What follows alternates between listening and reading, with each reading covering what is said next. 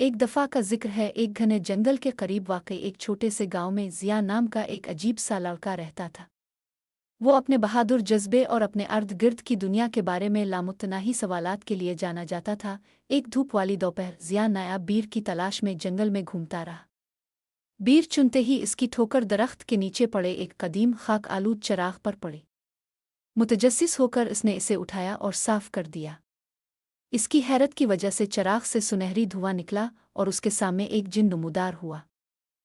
चमकती नीली आंखों और गहरी आवाज़ के साथ जिन्नों ने कहा, नौजवान, मुझे आज़ाद करने के लिए आपका शुक्रिया। मैं आज़र हूँ और मैं आपको 3 ख्वाहिशात देता हूँ। दानिशमंदी से इंतखाब करें। ज़ैन की आंखें जोश से फैल गई। उसने एक लम्हे के लिए सोचा और कहा, अपनी पहली ख्वाहिश के लिए मैं एक दिन में पूरी दुनिया को देखना चाहता हूँ। जिन मुस्कुराया, तालियां बजाईं और एक ही लम्हे में ज़ियान पहाड़ों, समंदरों और शहरों के ऊपर बुलंद हो गया। वो दुनिया की खूबसूरती को देखकर हैरान हुआ, बस घर लूटा। अपनी दूसरी ख्वाहिश के लिए ज़िया ने कहा, मैं जानवरों से बात करना चाहता हूँ। जिन्होंने उसकी ख्वाहिश पूरी कर दी और जल्द ही ज़ियान परिंदों, गुलहरियों और यहाँ तक कि एक अक्लमंद बूढ़ी लुमड़ी से भी बातें करने लगा।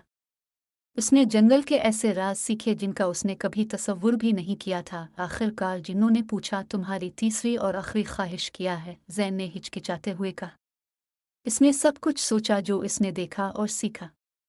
फिर उसने कहा, मैं चाहता हूँ कि तुम आज़ाद हो, आज़र, ताकि तुम दुनिया की सैर कर सको जैसा कि मैंने किया था।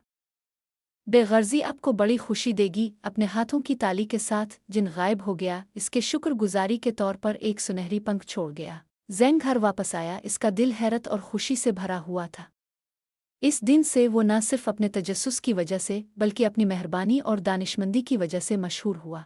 छोटा लड़का और जिन आपस में जुड़े रहे क्योंकि ज़िया ने हमेशा सुनहरी पंख को अपने जादुई मुहिम जोई की याद दहानी के तौर पर रखा।